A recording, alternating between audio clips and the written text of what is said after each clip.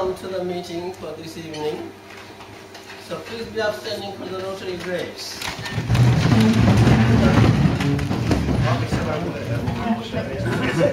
Oh Lord, the giver of all good things, we ask your blessing on this tour.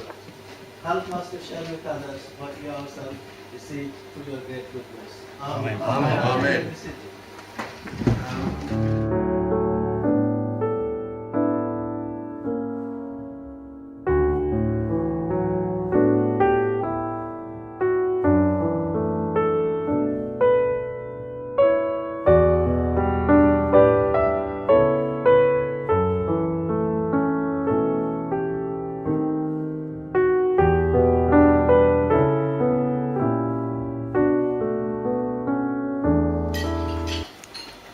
Right? Thank you, Mr. President. That's an unexpected question. But it is a pleasure because I think Will will probably say he's our friend he came before and gave us a presentation on the subject he's going to talk about, which is Operation Smile. And I think the whole club was very, very moved by what he had to tell us and the wonderful work they were doing, and incredibly low rate, I think. And the way they change people's lives. And I hope we will give us a talk tonight, which will expand for those who didn't see it and further educate us. So that's the subject we're hearing about. That's all yours. Thank you very much, Matthew, again. It's great to be back. I know that a lot of you have heard what I've said before, so I've changed the presentation a little bit. But I'll go through the main bits again. And I was in Ethiopia 2 weeks ago with work, seeing what we do firsthand again.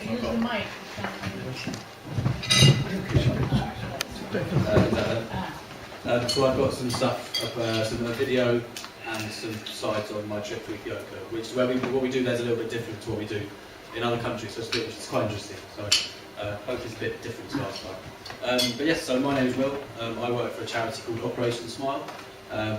What we do is we provide free surgery to children predominantly, but also a lot of adults in countries around the world for children with cleft lip and cleft palate, as you can see in that picture there, child with cleft. We wouldn't consider that to be something. That's not something we really think about in the UK because here, if you're born with a cleft, it gets treated by the NHS or privately very, very quickly and very easily. But for 2 billion people on the planet that have no such access to surgery as we do. So if you're born with a cleft in a lot of countries, then that's it, you're stuck with it. So we try and sort of reach those people who otherwise would be left behind. So yeah, you can see 75% of people, children in the developing world, who are born with a cleft, it doesn't get treated, so that means they have to grow up and live with the condition. And that can be very problematic. It might just look like an aesthetic thing, but a cleft, you've got to think the cleft lip is the one thing, but the cleft palate's another thing. And the cleft palate can be really problematic. That can cause a whole host of difficulties. You can struggle to breathe properly. Imagine you have a gap at the roof of your mouth. Feeding for a child can be incredibly difficult. A lot of mothers really struggle to feed their babies. Often the milk will just come straight out of their nose because there's a big hole. There's a big hole in the roof of their mouth, so it's really difficult to feed a child. Malnutrition becomes a real problem, and you can get all sorts of infections as well. So it's quite a shocking statistic there, and it's not everywhere that this happens, but there are a number of communities, some of the more isolated communities, up to 92% of people born with a cleft will die before they reach 20, which is shocking. But it's true. So we estimate today that there are between 500,000 and 1 million people living still with an unrepaired cleft. I tell you that it takes, for a cleft lip, it takes no more than 45 minutes to repair. It's a really, really simple surgery. I've got no medical background myself, I should note actually. I'm just a fundraiser. But I've been lucky enough to sit in on the surgery and watch it happen. And they're incredibly skilled surgeons, but it's pretty simple. A lip is, I know we've got some doctors in the room, so I don't want to blow the tone, but it's pretty much a case of just stitching it together. It's that simple in the layman term. But there are still billions of people who live without even access to that very simple surgery. So that's what Operation Smile tries to combat. We try to reach these people that otherwise wouldn't be reached. And I touched on the physical difficulties that it brings, the lack of sleep, breathing, difficult eating. Speech is also affected. If you get to about 2 years old and you have a palate, you'll really struggle with speech. So we work with a lot of speech therapists as well. But obviously there's a lot of social difficulties as well. If you imagine trying to go to school and you've got a cleft lip, it can be incredibly difficult. And the vast majority of children we find have been excluded from school. They've been forced away by bullies. They've got no chance of getting education. They've been even left out of their communities. They've left to live a really isolated life away from other people. And that is the case with the vast majority of people with it. That's what we're dealing with, and that's what we do. So I touched on this, but yeah, we're based in the USA. We have offices around the world. Our office in London is based in Wimbledon, but we have offices in countries across the world. We've been going for 35 years, and we currently work in about 40 countries. These are predominantly in Africa, Latin America, and Asia, but we also do a bit of work in Russia and Kazakhstan more recently as well. And since 1982, when we were founded, we've provided over 300,000 children and adults, I keep saying children, but we do reach adults as well, with free surgery, which changes their lives forever.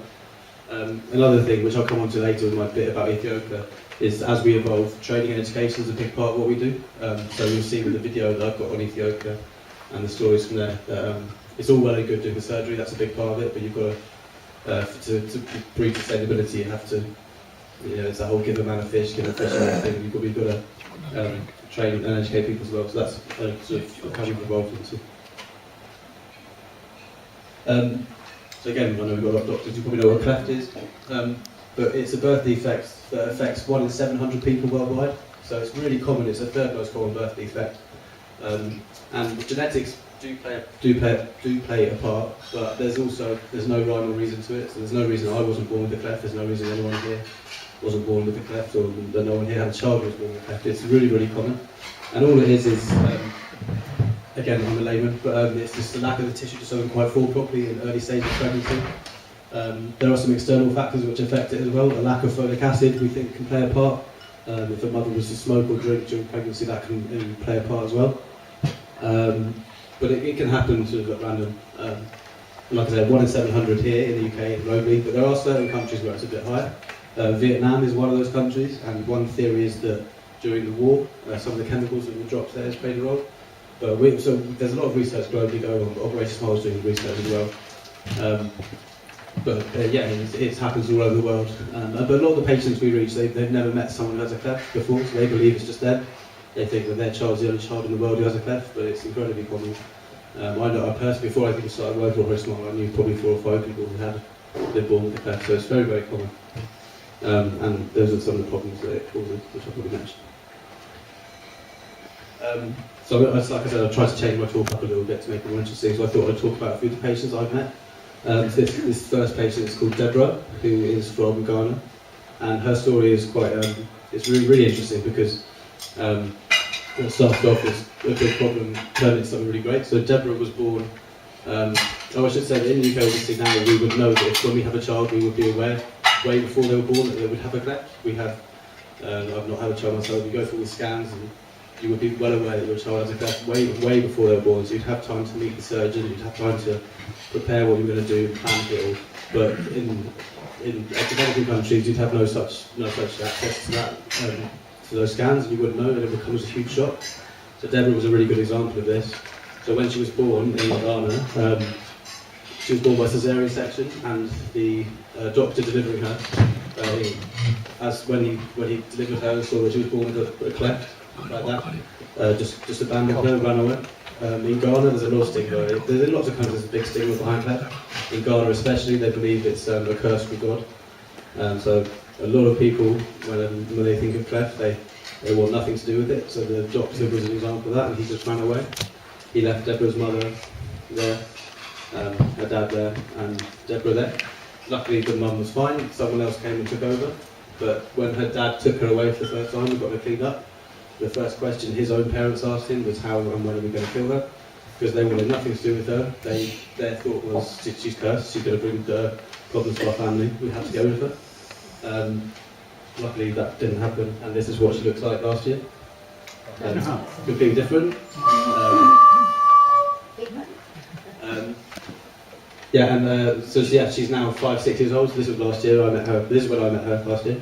It's completely different. Her dad now works as an ambassador for Operation Smile. He travels around Ghana, educating people that, because it's a really widely held belief that it is a curse of God, which it's kind of unique to Ghana. A lot of other countries think that as well, but Ghana is really ingrained in the people. So he's spent the last 3 or 4 years travelling the country, educating people. And our work in Ghana is really stepped up hugely, in a big part down to him because of his education and his role he's played. So something that started off so bad has turned out pretty good thanks to Deborah's dad, Shadrach. So that's a really good example of one of our patients. Another one, I think I might have talked about Enoch last time, but I couldn't remember. So Enoch was from Rwanda and he was 25 years old. So when I met him, I was the same age. And to think then that I could have lived my entire life with, let's be honest, it's quite a graphic cleft lip and palate. Cleft lip, sorry, it completely affects every aspect of his life. That really shocked me, thinking that I'm the same age as this guy, and my life had been so different to his. So when we met Enoch, he'd had a job, but it was in a bakery, and he was kept in the very back of the room. He was never allowed out in front of the customers. He was only ever left in the back. He had gone to school, but in and out of school. He'd never had a relationship. He'd never really had friends. He'd lived with his mum, his dad, and his brothers, and that was his life. He used to walk home, and he'd get bullied. He'd get people throwing things at him. People would shout at him, and that was his life. He said, "I'm used to it. It doesn't bother me anymore." When we met him. And people would run away from him, and like I said, scream and shout. But then, and this I think took 2 operations. I think we had to have 2 operations, but within the space of 10 months, that's the difference. And then we went back, because when Operation Smile does a mission, so we have these medical missions where we fly people in, and we use local volunteers as well. We provide a lot of surgeries, but we keep going back to the same place every six months. So for one reason is there's a lot of need, but also that means if someone can't have surgery for whatever reason, so they might have a cough or a cold, so you can't handle anaesthesia, they might be too young. So that means if we have to say no to someone that time, we can never say no. We're going to come back in 6 months, so we'll give you nutritional supplements. If you're not healthy enough, we'll get you to the way you need to be. So we always go back to the same places. So 6 months later, we come back, we meet Enoch again, and he's got a job, same job, but he's now speaking to people. But the most impressive thing was he was now engaged to be married. So his life had completely changed. It had gone from having no friends whatsoever to having a fiancée, and I think he's now married. So it's 45 minutes, and it really does change someone's life. And that still shocks me every time. And this last lady, Johanna, so she was in Ghana as well, so I met her when I met Deborah. And she was 51 years old, and she came to our mission. And her children wouldn't bring her. She hadn't spoken to children in years and years. But her grandson brought her to our mission, and that took 45 minutes. And 6 months later, she's got a relationship with her sons again, and they've got a happy family. And she has a family again. And so the things it does is it's amazing.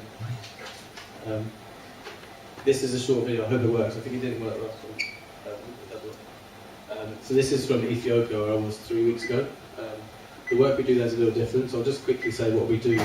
Since when we were founded in 1982, Operation Smile, the main way we would reach people was to do these big, large medical missions, where we'd bring lots of people in from the US, from the UK, from Australia, from all over the world, and we'd come to a city in the country, and we would provide surgery for about a week. We'd treat 150 children at a time.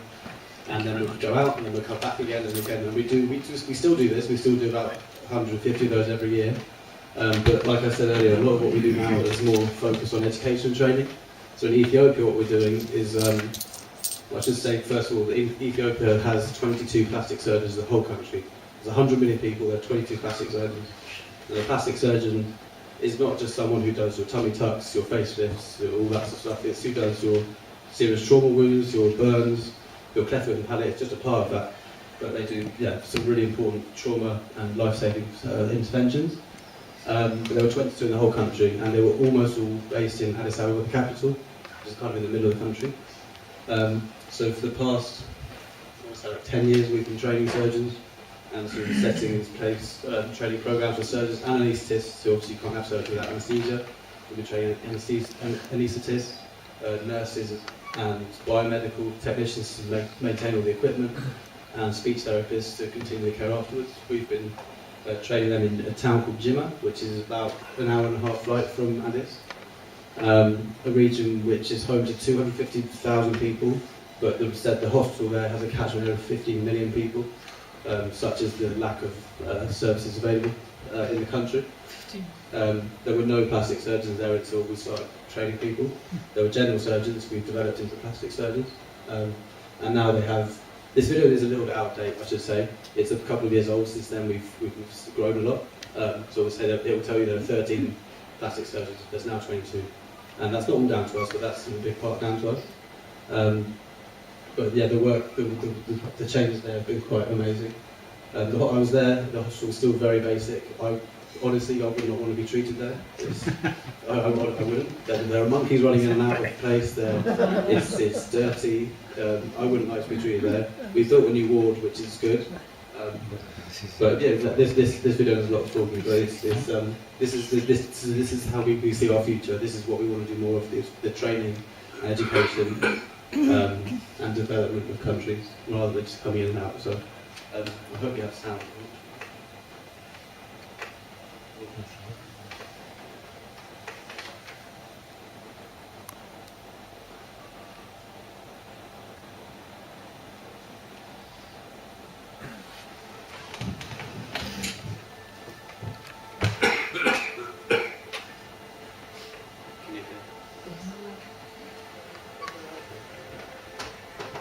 There are subtitles.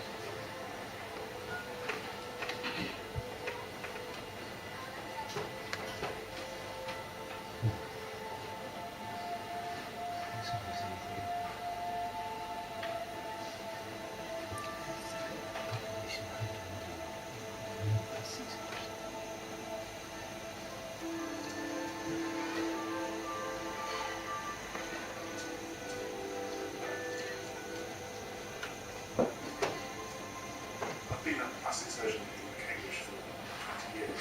Early in my career as a consultant, I realised that I wanted to teach outside of my own country. Originally, the hospital thought they just wanted us to come to do the clever plastic surgery, which is what Operation Smile originally was about. As we came back here over the years, they've realised that plastic surgery isn't just about smiles, it's about reconstruction. I remember the first time we walked around the general ward, I was completely astonished at the degree of problems that they had. Practice playing one on the road, or road traffic accidents, fractures, for this lady's sake, the tumour can be removed with a good clear to go all the graft stuff.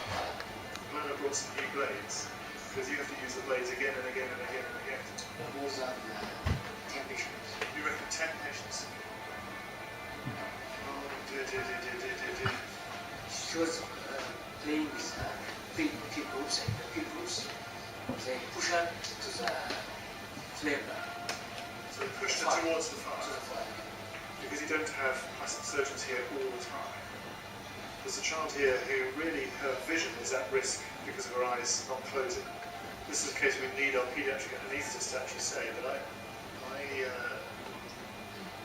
think that there is a surgical emergency here.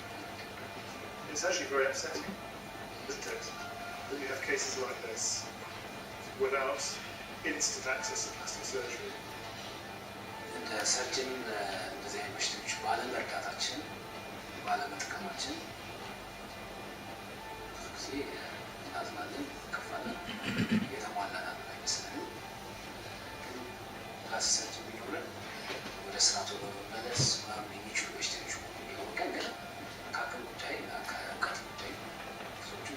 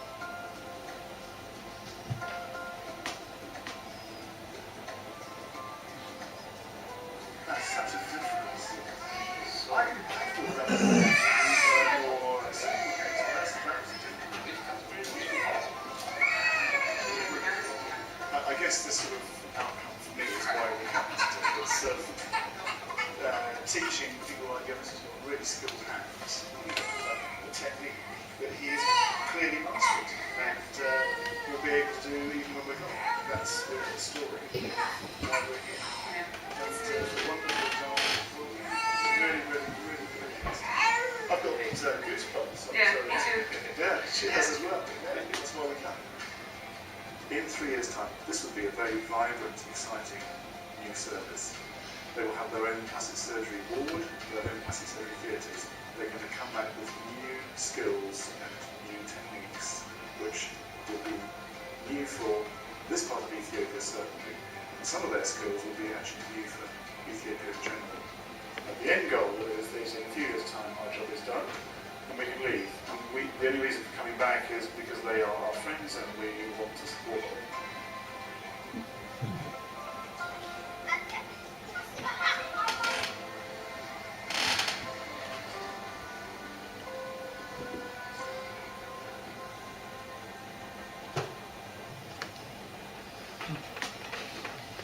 So I said the video was a few years old, and it is. So we do now have they do now have their own plastic surgery ward, which is really new and modern and has full proper equipment. The surgeon you saw in that video is actually currently in Taiwan, having in his third year of his training program. We're funding his training and another doctor's training every 2 years. There's now a full-time head of plastic surgery there called Daniel Getachew, who was in that video, but at that time was sort of in his residency as well. So he now is running the new ward, and since May this year, so May 2018, what are we now? November? What's that? 6 months? 7 months? He's done 28 cleft cases on his own, with his residents as well, with no Operation Smile volunteers. That would never have happened a year ago. That was a pipe dream. But now there are staff in Jimma who are capable of doing cleft surgery unassisted, which is a huge step forward.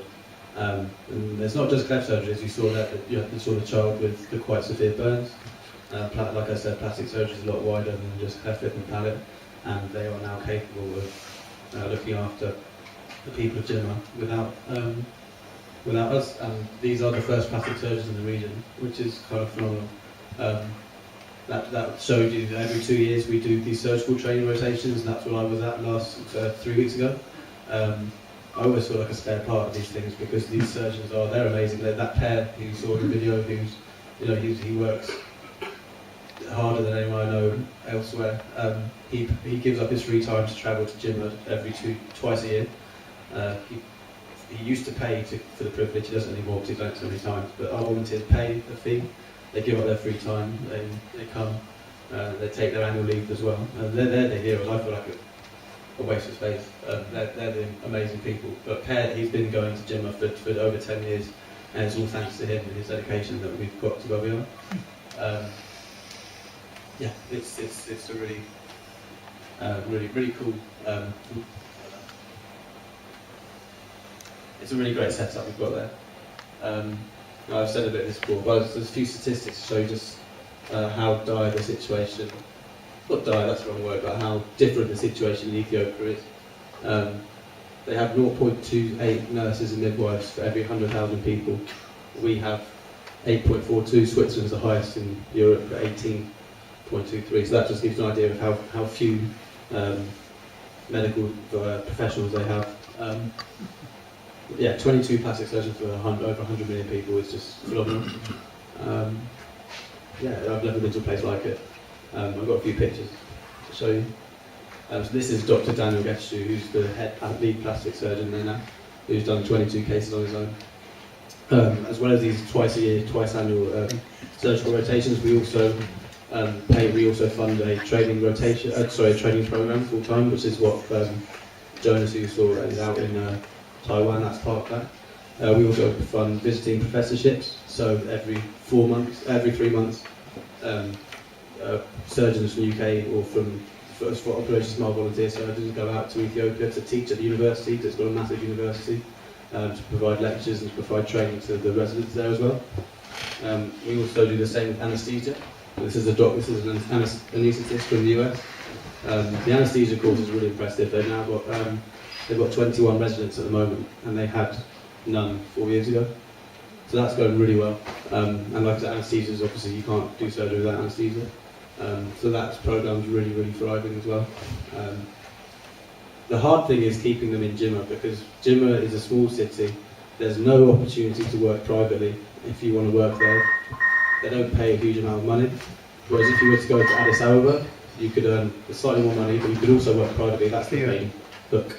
If you were to go to Addis, you could work privately in another hospital and earn you could double your money as an anaesthetist. The really hard thing we've got, the biggest challenge we face now is keeping them in Jimma. And I would admit we've trained quite a few who have then disappeared and gone off back to Addis, and you can't blame someone for doing that because they're going to earn double the money, but that's the biggest struggle we face now. So we work in conjunction with the hospital and the Ministry of Health to try and entice people there more. And one of the biggest hooks we can offer is this training, because they know that if they go to Addis they won't get this training, and this training is something that they could never experience elsewhere in East Africa. But that's the biggest challenge. That's what we're trying to work out now. And we also train nurses, biomedical technicians, and speech therapists as well. So you have to think all these different things that go into providing surgery. But yeah, we work with the American Heart Association to provide basic life support, and all sorts of different things. That's nearly the end. I just wanted to finish by saying, I've explained last time I was here how our medical missions work, but the other I've mentioned already, safe surgery is our biggest push now. Globally, 2 billion people have no access to surgery whatsoever. So that goes way beyond cleft lip and palate. That means if you're playing football and you break your leg and you need to have it fixed, there's no, for too many people don't have that option.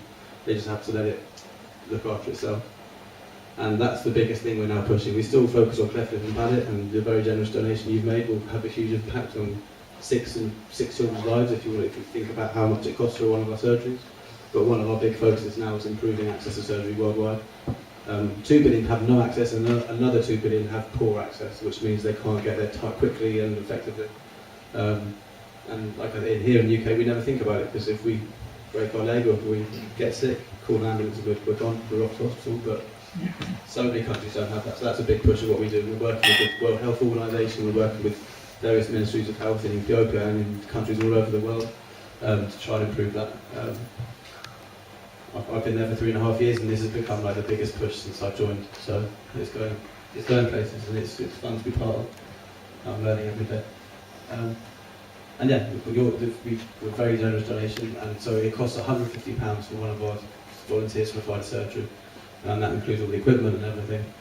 So your generosity will mean that 6 children like Maria here, who's from Brazil, will have their lives completely changed forever. If you can see the before and after picture, not just a smile, but everything about her face, her eyes, you can see the change that it's made to her life. So thank you so much for supporting us.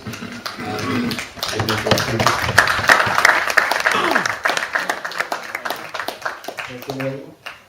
Just look at this young man. He's 28 years old, and he's given up the pleasure, the glamour, the hustle bustle of his young life, and he has dedicated himself for helping those who are not able to help themselves.